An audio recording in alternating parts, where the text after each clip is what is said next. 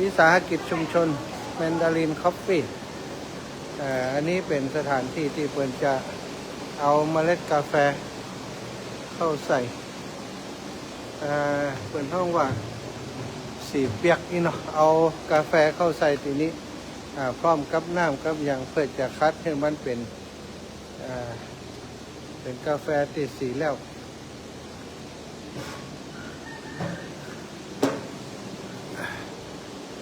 อันนี้ตุลุงมาทำคลิปเนี่ยทำคลิปเป็นทำกาแฟเนาะได้หลายขั้นตอนแล้วเนาะนี่ได้มาดูทางผลิตกาแฟกาแฟวิสาหกิจชุมชนแมนดารินครับผมได้รับความรู้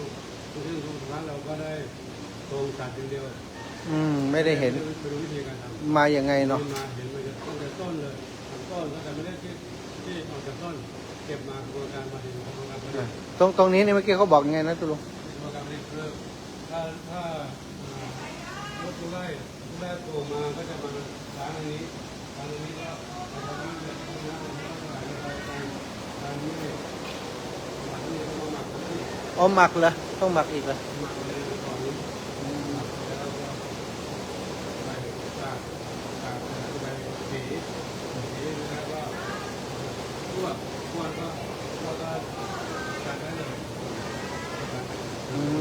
ได้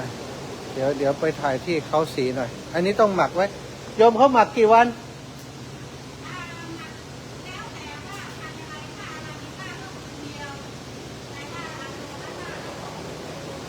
อ๋อแล้วแต่พันอ๋อสลัดเมือก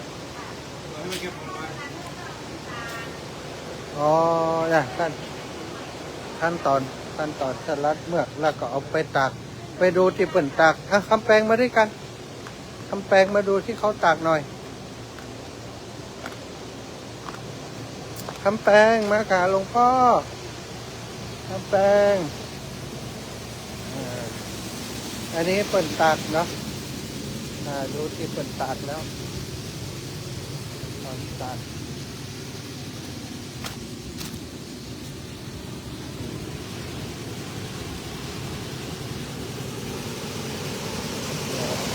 ตากเสร็จแล้วก็เอามาสีอันนี้คือกระบวนการของการสีกาแฟเอามาสีกาแฟนี่กาแฟติดสีแล้ว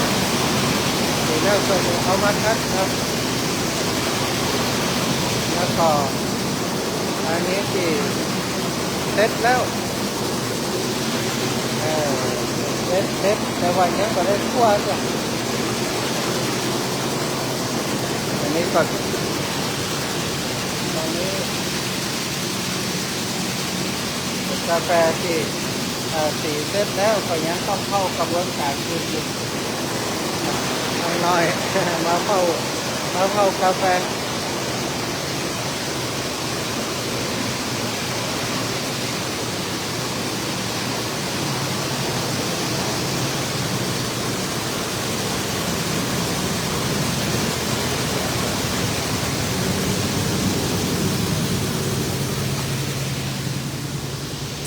อันนี้คือกากกาแฟที่สีแล้ว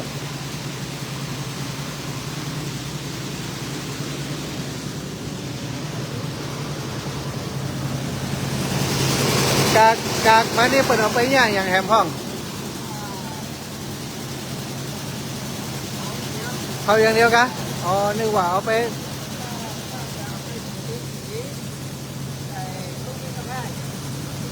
ต้องมักเพราะว่าเกลือเบเกอรี่เราอ๋อเป็นปุ๋ยได้เนาะอ๋อเอาไปเผาเป็นถ่านน่าจะดีเอาไปเผาเป็นถ่านน่าจะดีเอาไปอัดแบบให้มันเป็นถ่านออกมาเนาะน่าสนใจนะทำเป็นถ่านเนาะ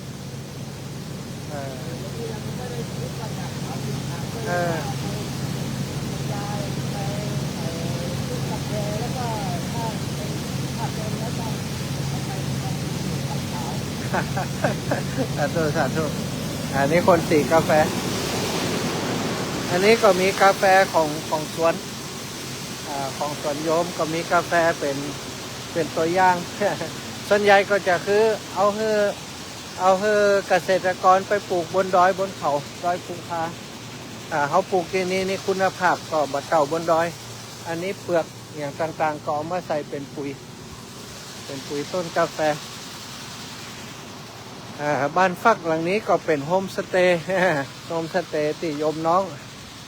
องจันยตาเนาะจันยตามีบุญก็เปิดไว้สำหรับเพื่อผู้สนใจนักท่องเที่ยวนะได้มาแอวมาพักนี่ก็บอกว่าทุกปีลูกลำปางมาพักกับน้องได้เลยที่นี่นะสถานที่แห่งนี้วันนี้ตุลงก็มาทำคลิปได้หลายคลิปละ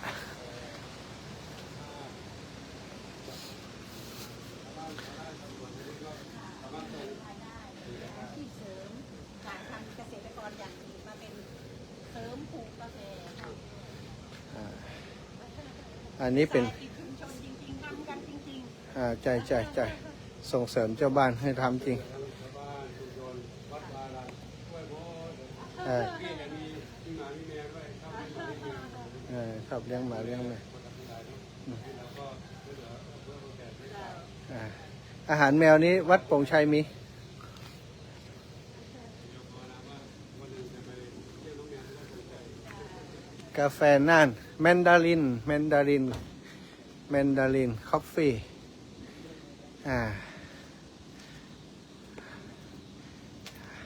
อันนี้วันหลังจะทำอันแบรนด์คำแปงคอฟฟี่อันนี้น้องคำแปงนี่สีกาแฟนี่ ๆทำแทน คำแพงมาจากอีสาน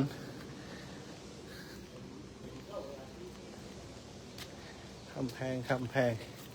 มีแต่ระยะนี้ลงทุนก็ได้ที่เขาต้องหลายสิบล้าน2 ล้านทั้งหมดทั้งที่นี่ทั้งที่นู่นคนละส่วนนู่นอีกกี่ล้าน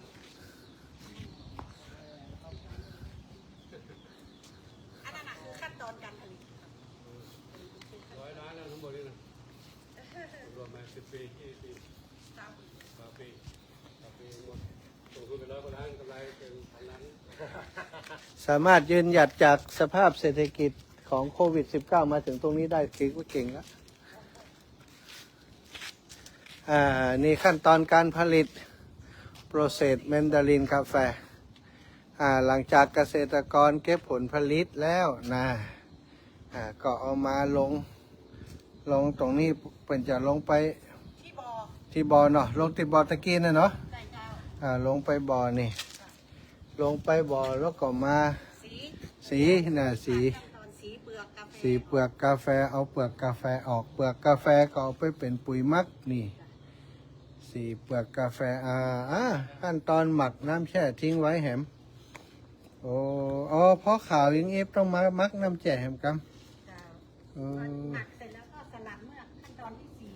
เอ่อ ซ้ายมือค่ะ ขั้นตอนที่สี่สลัดเมือก สลัดเมือก มีเครื่อง เสร็จแล้วก็คือขั้นตอนที่ห้าคือเราตาก สลัดเมือกขั้นตอนที่ห้านี่ตากตากยังยาเหมือนกับรถแตะยานี่ ยาเสร็จแล้วเจ้าขั้นตอนที่หกก็คือ อ๋อ ทำเมล็ดที่ตากเสร็จเรียบร้อยแล้ว เก็บเข้าสต๊อกโกดังบ่มไว้1 ปี ฮะบ่มไว้1 ปีก่อนป้าลงทุนข้ามปีนะ บ่มไว้1 ปี โอ้ ทุกปีต้องที่จะการเงินตอนนี้มันบ่มได้ดอกมันก็ออก ป้าขั้นตอนเพิ่น 1 ปีเอา เก็บไว้1 ปีแล้วเอามาสีแล้วก็มาคั่ว พอบ่มไม่1 ปีแล้วเราก็ถึงจะเอามาคั่วได้ถึงจะทานได้ โอ้ ขั้นต่ำ8 เดือน ถ้าไม่งั้นแล้วมันจะเหม็นหืน โอ้ กาแฟมันได้เซ็ตตัว น่ะมีเป็นสปาสายันว่าจะแปลงที่สีเราก็ยกเลิกแล้วกัน ฮะลักหลายล้านแล้วนะเจ้ลงไปนี่อันนี้เพราะใจชอบแล้วก็อยากช่วยเกษตรกรเนาะและได้ทำอาชีพนี้ด้วยความรักอร่อยมากกาแฟแมนดารินได้ชิมดูแล้วเข้มข้นหอม หอมละมุน โอ้วันนี้นี่สลืมสลือแล้วหลายแก้วลงไป จากสดชื่นไปสลืมสลือแล้วกาแฟแมนดารินนะก็ดีใจสถานที่นี้ทำเลดีเนอะเป็นจุดที่เป็นห้องว่าเป็นนั้นหอคอยเนี่ยมองลงไปตั้งหอคอยอยู่นี่ เป็นหอคอยตุลุงสนใจจะมาลงไหมธุรกิจกาแฟที่นี่ มีญาติโยมบอกได้นะ หมดเวลาเหรอ จะเริ่มแนะนำ อืม คนที่ แนะนำก็คือเข้า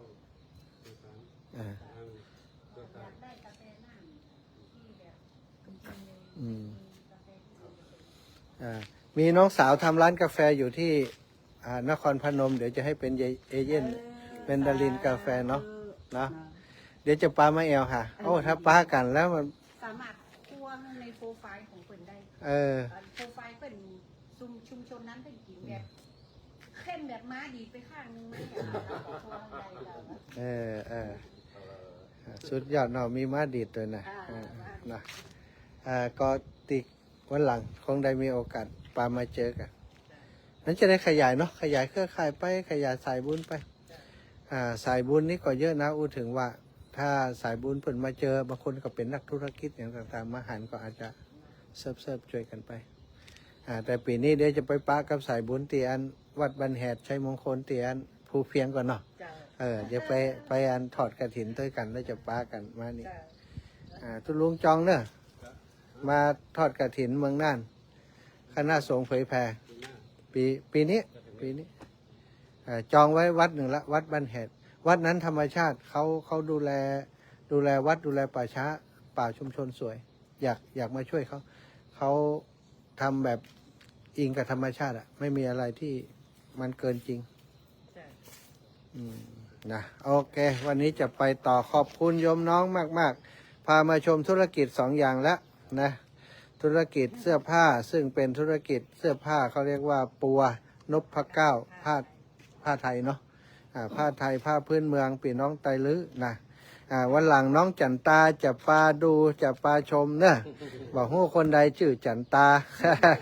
จะปามาชมผ้าเมืองปัวแล้วก็จะพามาชมกาแฟแมนดาริน